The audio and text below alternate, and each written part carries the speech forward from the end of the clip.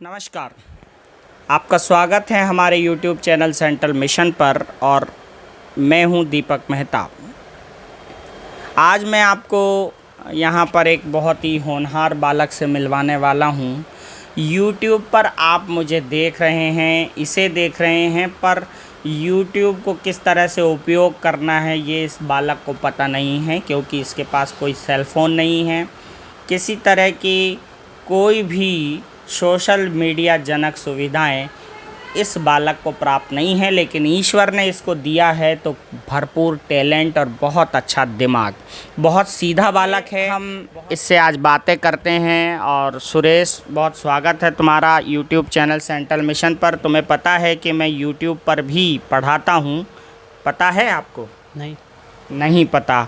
YouTube क्या होता है इसके बारे में जानते हो आप? नहीं जानता हूँ। नहीं जानते हो? बिल्कुल, देखिए आप YouTube के बारे में इन्हें पता नहीं है। अच्छा, तुम्हारा नाम क्या है पहले तो सब लोगों को बताओ। मेरा नाम सुरेश कुशवाहा है। सुरेश कुशवाहा है। और पिताजी का नाम क्या है? मेरे पिताजी का नाम श्रीमान पप्पू लाल जी कुशवाहा है। अच्छा, कहाँ रहते हो बेटा? मैं दुर्गापुरी सेकंड कॉलोनी छबड़ा में रहता हूँ। अच्छा, आपके पिताजी क्या करते हैं ये बताओ सबसे पहले तो। मेरे पिताजी फर्नीचर का काम करते हैं और कभी कभी शादी के समारोह में दुकान भी लगाते हैं। अच्छा, शादी समारोह में दुकान भी लगाते हैं, ये बात आज मुझे पहली बार पता चली है। आगे हम बात कर लेते हैं बेटा। 100 में से 100 अंक प्राप्त करने के लिए आपने कितनी मेहनत की गणित के अंदर? 100 में 100 अंक प्राप्त करने के लिए विद्यालय में गुरुजनों द्वारा पढ़ाया जाता था। इसके पश्चात उनको मैं घर पे पढ़ता था, फिर कोचिंग जाते समय कोचिंग पर पढ़ता था। उसके बाद शाम को 7 बजे घर पे जाता था। उसके बाद खाना खा के और फिर पढ़ता था। कम से कम 2-2:30 बजे तक पढ़ता था मैं रोज़ाना। रात को 2-2:30 बजे तक तुम पढ़ते थे? वेरी गुड, बहुत बढ़िया। 2-2:30 बजे तक, देखिए आप 2-2:30 बजे तक रात को पढ़ना। और मैंने भी देखा है, पिताजी के पास एक बार मैं गया था, इनके पिताजी से बातचीत हुई थी, तो वो अलग एक झोंपड़ी में सो रहे थे, जबकि इसको अलग बिठा करके इन्होंने छोड़ रखा था पढ़ने के लिए, मैंने देखा है। चलिए बेटा, परसेंटेज कितनी बनी आपकी? मेरी 83% बनी है। किस स्कूल में आप पढ़ते थे? सेंट्रल पब्लिक सेकेंडरी स्कूल में। आपको क्या अनुभव रहा पढ़ाई का, कि किस तरह से आपने पढ़ा? यहाँ का वातावरण खूब बहुत ही स्वच्छ और सुंदर है। यहाँ पर पढ़ाने वाले सभी गुरुजन सभी से प्यार से बात करते हैं और सभी का आदर सम्मान करते हैं। यहाँ पर पढ़ने वाले विद्यार्थी भी एक दूसरे की मदद करते हैं और सबके साथ प्रेम से पूर्वक रहते हैं और आपस में एक दूसरे से पढ़ाई में भी मदद करते हैं। अच्छा, बिल्कुल, बहुत बढ़िया। अच्छा, एक बात बताओ, अब तुम क्या आगे करना चाहते हो? आगे क्या बनने का तुम्हारा सपना है और उसे किस तरीके से पूर्ण करने की कोशिश रहेगी? मेरा आगे क्रिकेटर बनने का सपना है। इसके अतिरिक्त मेरे को और अन्य समाज सेवा कार्य भी करने हैं। अच्छा, किस तरह से पूरा करने का विचार है? क्या प्लान है तुम्हारा कि मैं किस तरह से उसको पूरा करूँगा, जो भी बातें हैं? मैं किसी भी सफलता को प्राप्त करने के लिए कड़ी मेहनत करनी होती है, इसलिए मैं कड़ी मेहनत करूँगा। दिन रात जिस तरह मैंने गणित में 100 अंक प्राप्त करने के लिए मेहनत की, उसी प्रकार मैं क्रिकेटर बनने के लिए भी कड़ी मेहनत करूँगा।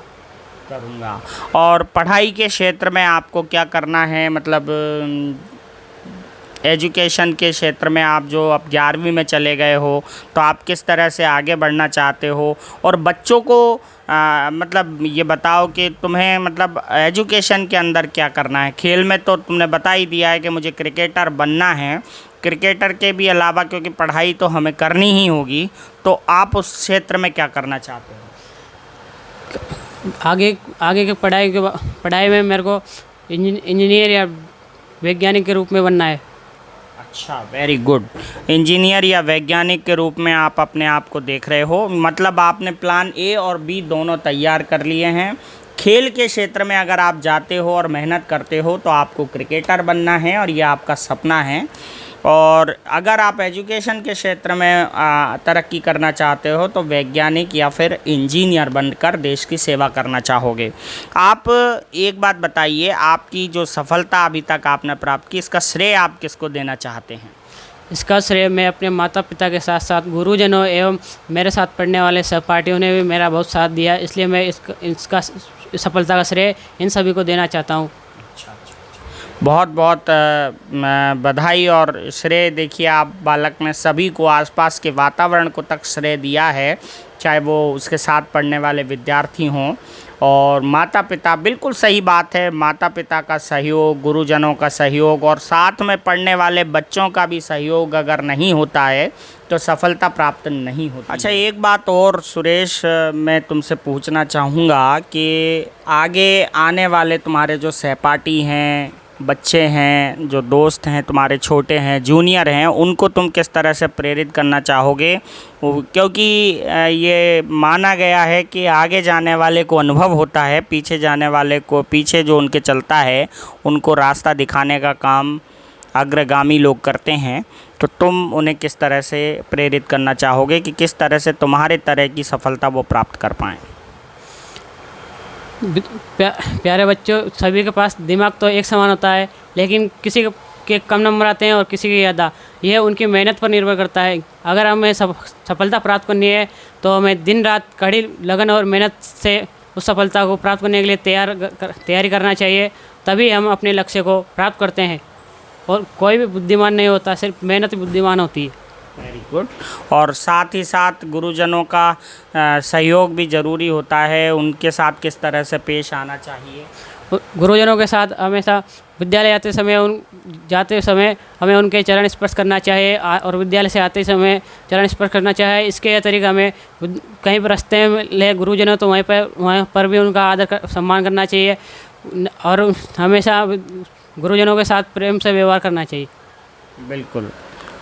सभी लोगों का आशीर्वाद और सभी लोगों का आशीष इस बालक को प्राप्त हो, हमारी यही कामना है। आप सब लोग भी सुरेश के लिए दुआएं कर सकते हैं, क्योंकि सुरेश एक विषम परिस्थितियों से निकला हुआ बालक है और मैं चाहता हूं कि इसकी मदद हम लोग करें और जो भी व्यक्ति इसकी मदद करना चाहते हैं वे आगे आ सकते हैं। बहुत ही विषम परिस्थितियों से निकला हुआ बालक है। तुम्हें उज्जवल भविष्य की कामना हम करते हैं और तुम्हारे सपनों को पूरा करने के लिए हमारा जो सेंट्रल परिवार है वो भी बहुत मदद करने का उत्सुक रहेगा। तुम्हारा बहुत बहुत धन्यवाद।